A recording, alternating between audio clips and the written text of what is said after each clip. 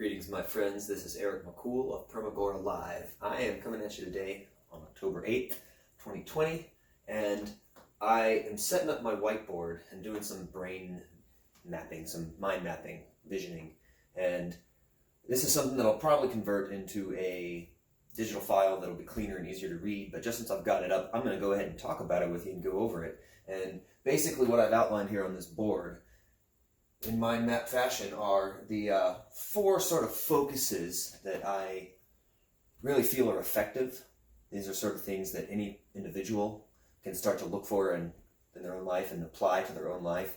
And so I kind of mapped it out a little bit and crossed some things that connect, and just trying to get a sense of what it is we're trying to do here as we move into a new future where things are decentralized and we have a lot more creative control over how our life functions in the day-to-day. So I'm going to first, just so y'all can have it, I might just put up a photograph on the video later, but bring this in closer so you can kind of see what's going on. And I'm going to talk about these things individually, if I can do it without getting in the way of the camera. Too bad. So up here, health. This is obvious. I think most people understand. We have to take care of ourselves. Our bodies are really remarkable at healing themselves, but if we don't give them the right materials and inputs and usages, then it really becomes a problem. And health is our responsibility. Part of escaping from the paradigm that we've been living entrapped in is building up a sense of self-responsibility and losing the fear of all of the bad things that might happen. Because guess what? Even with the modern medical technology, bad things still happen. People still get sick and people still die. And so it didn't change really anything except for the way we treat ourselves. And I had a lot of discussions about this. It's the health world, the health industry, the health complex, whatever you want to call it, the health industrial complex, is a real concern. And so I feel like it's really important to understand the context of where I'm coming from. Is I don't just mean health by conventional American medical or CDC or any of these sort of institutionalized forces. I'm talking about a real healthy life, which most of us know. I shouldn't even have to explain it, but we'll go over some of what I see as the big parts of that. Emotional, spiritual, physical, and mental health are all aspects of this.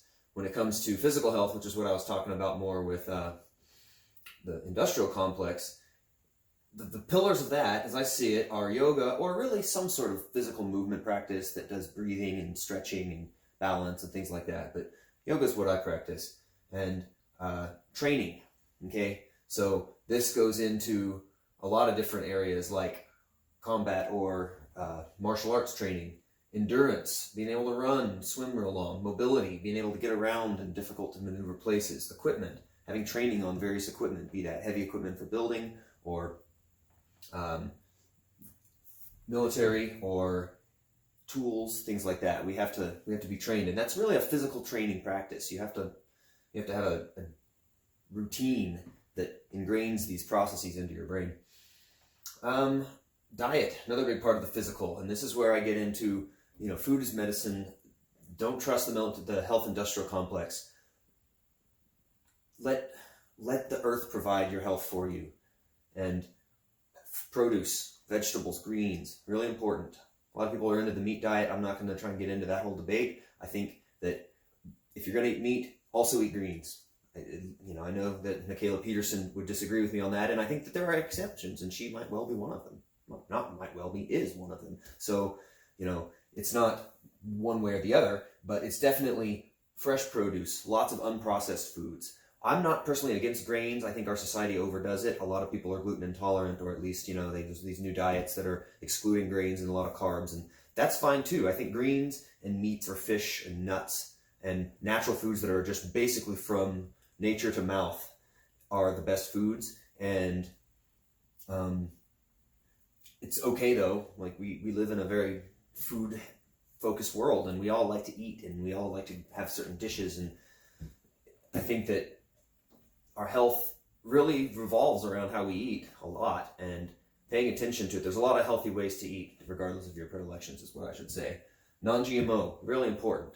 Got into a debate with a guy I didn't know on the internet not too long ago about this, and just sort of baffles me that people don't see the corruption behind this and don't see who the people are they don't research who these people are and what their history is and why they're doing what they're doing. They're just saying they're accepting the advertised slogan that they're trying to like feed more people and help feed the world. You know, it's like it's all for the good of the world, where this is the green revolution, and they just believe that without looking into it. GMOs are extremely dangerous. They're causing cancer. They're messing with genetics of plants, and they're doing definite devastation and wreaking chaos onto the natural ecologies. And of course, the people that are producing them are criminals. They produce poisons and chemicals. Like, that's what they do for gangsters who use those poisons and chemicals to destroy lives, which we'll get into over here. But right now, we need to know not to trust GMOs. We need to eat organic. We need to buy from local farmers, which gets down into here, agorism, and gets down into decentralized permaculture stuff. But this is how we stay healthy, is we keep our food coming from healthy ecologies, from healthy people who are producing and providing it to us. Like, that's what really gives us strength, is not being addicted to the poison crap they're peddling down there at the Five and Dime. You know, the places where they sell all the boxed stuff and all of the factory stuff and all of the eventual pollution, right? Like, everything you buy from Walmart is going in a landfill someday. You get that, right? They're basically just playing hot potato from production line to landfill when you live in this consumer culture. And food is a big part of that. We need to start making our foods more natural, and really it's a bit of a humbling, you know. We've got to perhaps accept that we don't just get to eat anything we want whenever we want. Let's eat in season. Let's I don't know, this is what I advocate. I'm not trying to say that this is final, but it just makes sense to me that this is part of our health, and it's part of all this other stuff too, which is why all of this stuff connects. Rest is also really important, and that ties into, actually I didn't draw the line, but it does tie into the physical health. I missed that one. Exposure, right? Physical health is damaged by exposure to unhealthy things, be that toxicity or EMF radiation, things like that, and we're surrounded by it. And so protecting that and caring about that is something that we really have to start doing more. And rest, which I jumped ahead to, connected to this, hard to get good rest when you're exposed to this. Turn off your Wi-Fi at night, people. Put your phones on airplane mode or turn them off. And that's the end of that little section, physical. Lots here, I know, but mental. All right, so mental health, right? Everyone knows this. This is obvious, but it seems to me that there's needs to be more ritual or acknowledgement and just sort of ingrained practice of paying attention to these things and making sure we're getting stuff. Like, I say input. This means what we're watching. This is one of the most important things. Like, if what you're watching and listening to is trying to pump you full of fear or trying to manipulate you in a certain way, it's going to be bad for your mental health, because a part of you knows that it's a bunch of baloney and doesn't want to believe it, but the part of you that's going along with it now becomes at war with the other part of you. And so it's creating conflict inside of you to be bombarded with propaganda that your gut rejects, but your brain and your sort of socially conditioned tape recorder inside your head doesn't accept, or accepts. Your gut rejects it, your programmed reality demands it. And so it's bad for your mental health. So don't watch that crap. Don't watch stuff that, on either side. I'm not just saying, oh, stop watching the mainstream propaganda and start watching conspiracy propaganda. Don't watch anything that makes you, that you can look for what it's doing. If it's trying to make you feel afraid, or if it's trying to toy with your emotions, you should be able to pick up on the signature language that they use. It's loaded, energized language, triggering language. It's not neutral. It's not stating facts. It leads lots of assumptions. It does lots of, and I can't even deny that I create some of this content. Like, some of my stuff is a little bit vitriolic, and you know, if people aren't comfortable with it, they shouldn't listen to it. But I mean, I think there are some hard truths that we have to face. But point being, don't put in negative stuff while you're working on your mental health. Think about what you can do and focus on positive stuff, and work towards giving yourself a good, healthy mental diet of the things you listen to. I would say every day you should listen to some stuff that's hard, that's really like, oh man, that's scary, or like, that's bad news, right? Because we need to be documenting and keeping aware of what's going on in the world. But try to give yourself a healthy diet of positive, encouraging things, whatever that is for you. I've got a series of books over here that I'm going to talk about in a later video, but there's a lot of different positive stuff that we can look to right now, and there's something we can all get involved in, or at least become a participant of by watching and supporting. There's all sorts of ways. So healthy mental input, mental diet. Also rest. Need to sleep, y'all. Need to get more sleep. Most of us. I mean, some people maybe aren't having that problem, but I'd say, don't stay up all night, every night. Learning. Got to learn new stuff. Got to practice stuff. Gets back to our training, Learn how to do skills that are useful. These are connected, right? Your mental and your physical.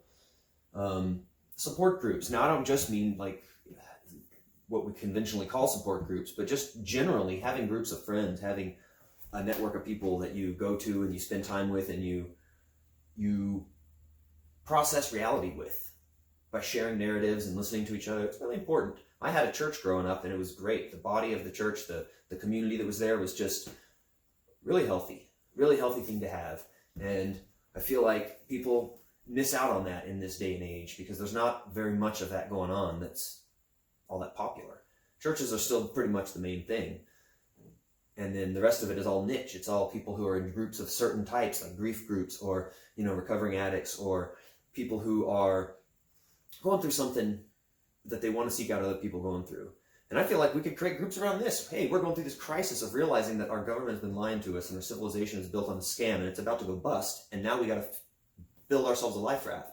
That's a pretty traumatic thing. Let's get support groups around that. Let's get people together that say, hey, let's meet every week and have some talks about what we're feeling, what we're going through. I mean, I think this happened almost inadvertently, or at least, this happened anyway, just naturally when the whole pandemic operation began. And there was a lot of need to process. I did this myself personally with lots of folks that I was glad I met and that we had this thing bringing us together, which was this need to process. What the heck is going on? What do we do about this? This is bad.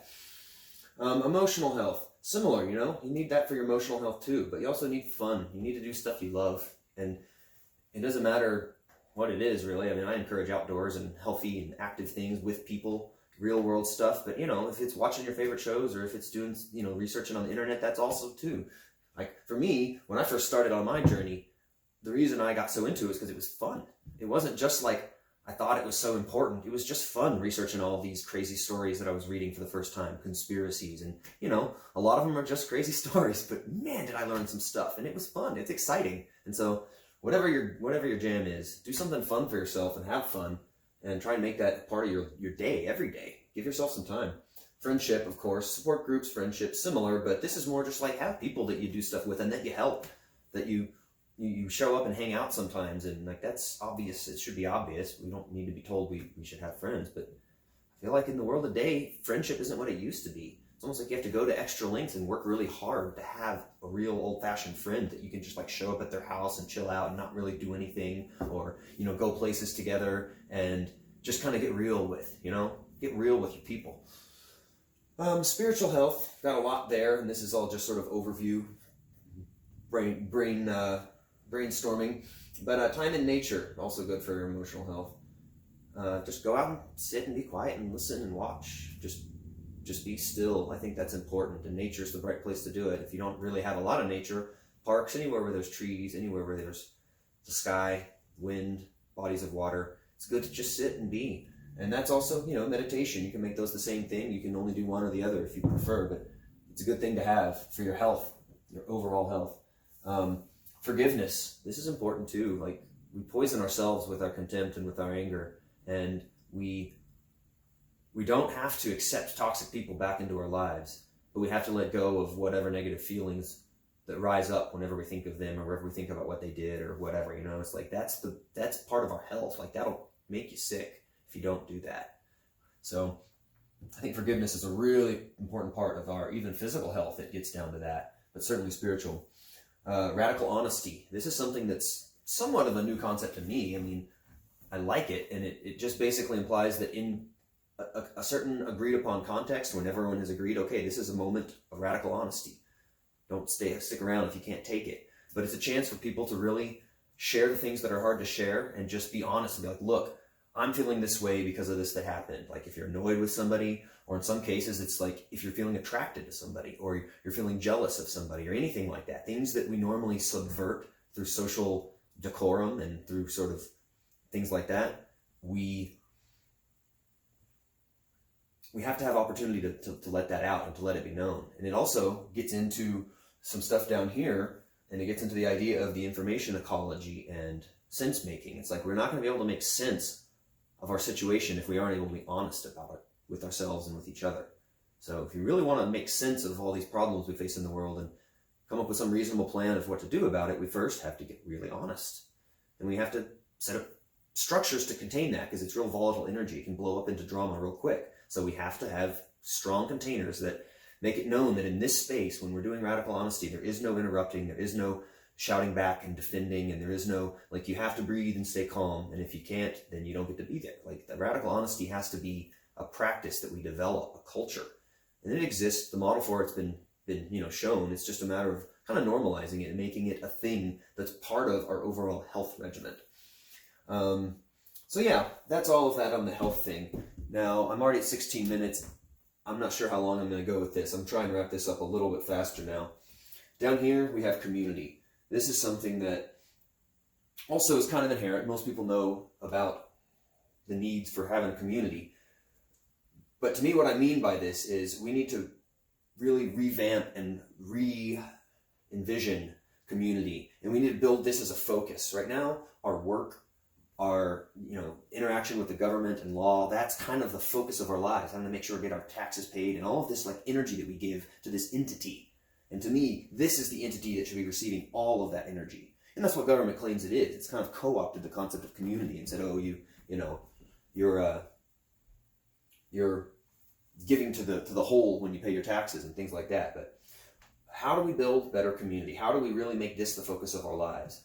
Infrastructure redesign, big part of it. Also a huge conversation, not easy to have quickly, but that involves basic things like how our housing looks, our transportation, our energy, and of course also our agriculture, which is dealt with down here. But we got to redesign infrastructure. Now, trade, also another big topic. This is the agora. This is the agorism of permagora. This is how do we get the things we need from the people who produce them in a world without the state, in a world without gangsters who just, run things like the mob. Like, how do we do this ourselves? And so this involves distributed networks. This involves open source intelligence. It involves us working together using the technology we have to let computers and algorithms and easy to make agreements sort of define how all of this flow can go. So distributed networks, agorism, which is a whole topic. I've talked about it before. I'll talk more on it, but basically disregard the constabulary, do what needs to be done, get your product to market, get the service performed so that you can get paid in currencies that they don't control, stop using the Federal Reserve notes. Those are junk. We need to get on to real money, and we need to create it ourselves. Don't let these gangsters do it for us. You know what they're going to give us. They're going to give us company credit, company store credit. These people are just like plantation owners. Policy. Getting on to them. Speaking of them. Policy. Those guys got to go. We got to get rid of all of them. How do we do that? We make a government, not even a government, we make a body of public interest and public energy that performs the function that government used to perform. But it's the only way that we can ratify it and say this has the authority, so to speak, of government or of the public voice, this is a representation of the public, is if it's always based on consent, the non-aggression principle. And below that I have justice, which means that when there is a crime, there is real justice. Because otherwise, you don't have the non-aggression principle. If people are allowed to physically aggress and harm others and they get away with it, then there's no justice. And that's why there's so much protest going on, because obviously there's all this injustice, and fair enough, right? So, equal rights, that's got to be part of policy. There can't be any special provisions for different groups in the law. The law can't treat people differently. It has to treat everyone as an individual and a sovereign individual who's in charge of his or her actions and self. Culture. This part, I feel like, we know, we've got to have culture, we've got to dance, music, food, entertainment, we want all that stuff. But here's the thing, who are we getting it from? How are we getting that? It's not just about reminding people that we need these things, it's about suggesting that we figure out ways to locally produce this. And not entirely, because there's always going to be famous people that we're going to watch on live stream even go to see when they show up, and they're a traveling non-local phenomenon. But the point is that more so than we currently do, we need to be producing this stuff ourselves and not just binging on Netflix, but going to our own local theater and making more creative art and music ourselves, because we become the spectators and we become couch potatoes, and it's just not, there's more to it than that. It's fun to watch stuff, but let's keep a balanced diet, right? Let's make sure we still have the live local stuff, which gets back to policy, which gets back to the whole idea of agorism and defying the constabulary. It means that we have to be able to gather together, and we need to never let any alleged authorities tell us we don't get to do that. There are no lockdowns. There is no crowd size limit. That is fiction spun by people who are desperately trying to maintain control of a thing that is rapidly flying off the rails and they can't control. Okay? But they're going to try. And they're trying to tell us we can't gather together and make music and worship and do any of that stuff. Try and stop us, is what I would say. But actually don't. Stop trying to stop us. Let us just be free. You know? That'd be actually better. Communications. This is actually a really important part of infrastructure redesign, which is why I connect them here. But we currently rely on these mega companies who are censoring us and who are ripping us off, and they're scumbags. And we need to, there are alternatives that exist. I feel like that's going to be a huge step towards freedom once people decide that they're going to make that jump and they're going to completely shut down and stop using the old programs. And I know so many of my good friends like James Corbett and Derek Brose and Ryan Christian and Last American Vagabond, these guys are all calling for us, been for years, come on guys, but no one's going, no one's leaving. And so I think that a mass exodus has to be better planned and has to be better incentivized, and I think that there's ways to do it. There's ways to organize a big enough push on a certain date, give people time to build up to it, and really promote the alternatives, really try and build a nice, easy pathway for people to make this big leap. That's part of Exodus Relocation Services. We don't just have to relocate ourselves physically, we need to relocate ourselves online, which means we need peer-to-peer, decentralized communications. We need all of that. I'm not going to go into it. This gets down into cryptocurrency, it gets into encryption, it gets into mesh networks, and lots of ways that we can bypass the blocks that were created by the people that run the current system. Nonviolent communication. I've heard some criticisms of this theory, and I can't remember exactly what they were, but it's a really good thing to study, and whether you want to assume all of its premises as solid, there's still a lot of gold in there, and I think it's really important, just in general, for people to learn to recognize the emotionally manipulative language that occurs almost by habit, just because we were raised in a society of media and of this sort of thinking, but it's embedded in us, and there's things that we can learn to recognize, hey, wow, when I say that, it kind of implies this, and it kind of implies a posturing of aggression, right? And that's why we call it nonviolent. Nonviolent is the same thing as the non-aggression principle. It's the same thing as the liberty movement and voluntarism and the notion of consent, right?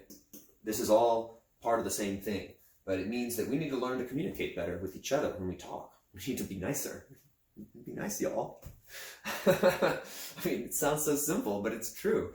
And not to say that there's never a place for harsh language or for not being nice, but we could certainly be more polite and have better manners, and we could certainly re-normalize clear communication that is not antagonistic and not provocative. So, all right, video's still going.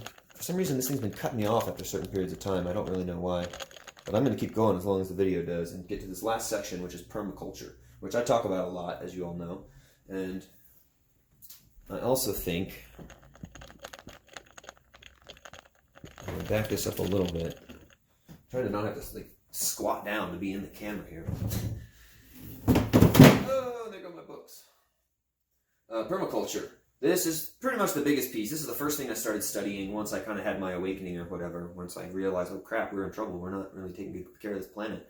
And we're letting all these gangsters do all this awful stuff. I sort of started looking into permaculture and found this to be really the best answer to that problem. And so, what does it mean? Okay, I've talked about it before. it's a system of design that helps you to not have to destroy the earth in order to get what you need. That's my wording.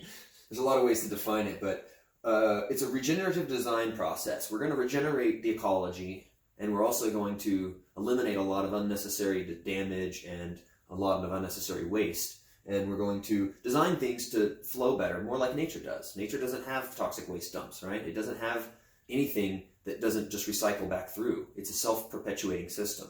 And so we're trying to copy that and create self-perpetuating habitat for ourselves. Forests, ecologies, animal populations, and all of this stuff. Whole systems thinking. Permaculture is also an amalgamation of many different sciences and arts. Sciences and studies. And it is... I keep losing books because I have no bookend over there. Always have a bookend, my friends. I just set this up because I was going to show some of these books to y'all, and I'll do that shortly after I restack them now that they fall onto the floor. Whole systems thinking means we don't just look at narrow, carved out of context facts and data. And so this is something that is actually a pretty big problem in a lot of modern academia and with specialization. There's this sort of lack of comprehensiveness and understanding the interrelation between parts. And so whole systems thinking means you don't just, when you get a pest, think about how to kill that pest. You start to think a little bit bigger, like why the pest? What brings it here? And you don't just go to your neighborhood poison dealer and buy poisons to spray on the food you're growing. You think, what else could kill this? How can I get rid of these things where they show up? And really, how can I reduce them coming in? You zoom back, and you don't just assume that that pest is an isolated thing. It's actually part of a bigger process. And once you understand that process, you might not get in the way of that pest as much. You might not have to fight it. Permaculture is connected to agorism and connected to the non-aggression principle because it is a philosophy of peace, and it is a lifestyle of peace in which you live in harmony with nature and with the world and with each other. And you don't have to fight as much once you learn this, once you look at the whole systems. So whole systems thinking.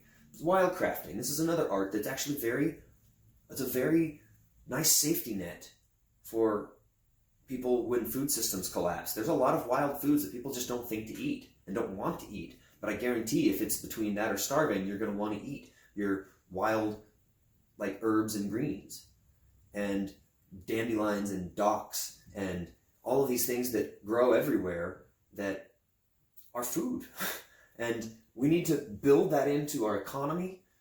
We need to build that into our home economy. I think we need to start utilizing this free resource that the universe is giving us food. Like, I don't know if you heard the thump a minute ago. I live under a big walnut tree, and it is literally bombarding. It's shelling my house with walnuts daily. And I go back there and crack them, and they're beautiful, nice-looking walnuts. They're very small, and you'd have to get them out with a pick. It's not like you can just like have them real easily, like the more bred store-bought ones. But these wild ones, they're basically raining down food on my house. And here I am going to the grocery store, stocking up things, preparing for, food shortages and preparing for difficult times. And if I was more savvy to living like the squirrels do and like nature does, I would just eat off of the land, and I wouldn't have to worry about whether or not they're trying to make me get a shot before I can go into the grocery store. You know what I'm saying? Like, this is a path to freedom. Freedom is always, it's like Dorothy, it's always been right at our fingertips or right on our feet. All we have to do is click our heels and go back to the life in which we receive our blessings from nature or God or the universe or whatever you want to call the force that created everything before humans came along and started changing it. And this is also, I'm skipping here, but permaculture also deals with indigenous wisdom, and it integrates it and reveres it, and it learns from it, and it translates it into,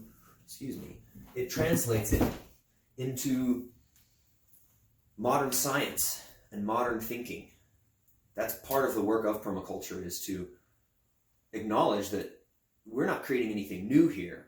We're just rebranding, essentially, and redesigning, to some extent, a lot of indigenous practices, because the indigenous world is gone. There are no open land. There's no open land left. So we have to have a new strategy. Permaculture is attempting, in my opinion, to get back to the indigenous abundance that was wild and open and free, and that wasn't all parceled off. Not to say that I don't think we should have private property, but what I'm getting at is that we need a lot of commons, and we need to have them permaculturized so that indigenous keystone species can thrive there. And that is a self-perpetuating system. That is an eternal force of life. maybe not completely eternal because the sun could go out, or there's things that could take us off this planet, but it certainly doesn't have to be us that takes us off this planet. This is the solution to the fact that we might be killing ourselves. We could stop that if we started doing this and all of this. Remediation. There's ways to take damaged land that civilization has destroyed and to turn them back to abundance quickly. Jeff Lawton has some good work on this. Paul Stamets does some amazing work with mushroom and fungal remediation. And there's just so many people who have already figured out how to do this. And the fact that the powers that be aren't funding them, and they're sending rockets to Mars and they're not remediating the mess they made here on Earth, shows you who these people are. So we need to learn and practice remediation. Seeds. We need plants to eat, and plants come from seeds, and we can grow our seeds, and the seed industry is in great peril right now and has been mostly bought up by our enemies, the oligarchy, whatever you want to call them, the cabal. And so we really need to become like victory gardens in World War II, or like any time when the people come together to save, to fight a fire in the town. It's like we need to come together and all start doing our part to growing and saving seeds and building up seed banks that are open source locally or publicly controlled, right? Not in the hands of special interests, not being manipulated with genetic engineering technology. That's my opinion. Perennial crops, that's a big part of permaculture. I was talking about the nuts. It's like the forests and trees can produce way more food per acre than any kind of annual crop like grains. Grains are a civilization product, at least the way we have them now, and we should, permaculture leans towards getting off of those annual crops and depending more on native food systems that don't require maintenance and that are perennial. The plants are there for years, if not decades and centuries, right? Like these are very long-living species that produce food that we don't have to manage and waste our time tilling and weeding and all this work. You know, people think farming is so much work. It is, because you're fighting nature. You're not following along with the flow of things. And if you do permaculture, yeah, it's a lot of work to set it up. But if you really got an awesome permaculture setup going, it would eventually not be hardly any work at all, or it would be hardly any work at all. If you wanted to just live off the land. I think humans are enterprising and are creative and want to work. And it doesn't have to be work, it can be play. It can be fun, y'all. And it should. So perennial crops are just easier, and it's a little bit different of a diet, and you have to get used to that. But we could. What's stopping us? It's like, get used to a perennial diet or continue to consume GMO factory food poisons until we get rounded up into cattle cars. I mean, like, this is literally a choice of life or death, whether or not we do all of this. We are going to be rounded up and executed or just kept in digital prisons until we die a natural death. Like, that's happening unless we do this. That's what I'm trying to tell y'all. I'm taking this real seriously because, you know, we are in a war. And it's not the kind of war that there's never been a war like this. Just like World War I and kind of World War II. There's never been a war like this. It doesn't look anything like those old wars. And we're trying to make sense of what it even is. But as we do, most of the people that I respect and that I think who have really thought it through have something similar to this in mind. They have the idea that major changes are needed and quickly. So permaculture is a good way to do that. It has a great sense of ethics, care of the earth, care of people. There's a lot of, it's real basic. You just take care of things. And that's the non-aggression principle, but it's even a little more. It's not just don't do harm, it's like do good. Imagine that. What if we all just did good? Decentralized production connects over here to agorism and trade. We don't have to rely on big factories far away to ship us stuff anymore. We can have factories in every little town or even every household if we wanted, depending on what kind of tech, you know, where you are in the tech spectrum in terms of your ideal world. But I definitely need to emphasize that that's all dinosaur technology that they don't want to get rid of, just like the power grid, because they're making money. They're taking you to town with all that. And we could just do that ourselves and not pay them squat. But they don't want us to know that. They've been forcing us, really, through their collusion with the governments to continue to use these outdated systems that are crap. And so decentralized production means we make our own stuff, or if we don't, we know someone who does, and we deal directly with them, and we don't pay any taxes, and we don't pay any middlemen, and we don't have any licenses, and we don't ask anyone for permission. We just do what is right, to produce good things, and to trade and fairly, to make good, honest trades and share the wealth, right? Like that's all good. Why should that be more complicated? Why should there be anyone else involved? Why should we allow these policymakers who have co-opted our natural community system, which is more of a consensus-based model where the community sits around and talks? They've co-opted it with bureaucracies and with essentially militarized organizations. And if we decentralize production, we can cut them off without having to fire a shot, y'all. We don't have to fight them. We just have to start doing the stuff that they have been doing for us and telling them, no thanks, we don't need your products anymore. We don't need your services anymore. Once we don't need them anymore, they're out of luck. So we must stop needing them. So scholarship, this is something that I've been doing a lot lately, just because I've had the week to myself and I've been at home and I've been inspired. So I've been doing a lot of reading, and I feel like this is like part of the daily practice that I recommend. I'd say these things are primary for everybody. Everyone needs to be thinking about these things and working towards things in this department. Maybe not everyone's going to be so inclined to scholarship. Not everyone loves to just read books, but I think people should read books. And I don't just mean reading things online. Books online, Kindles, whatever, but I'm a big fan of paper books. And I think reading a book helps people learn in a way that nothing else does.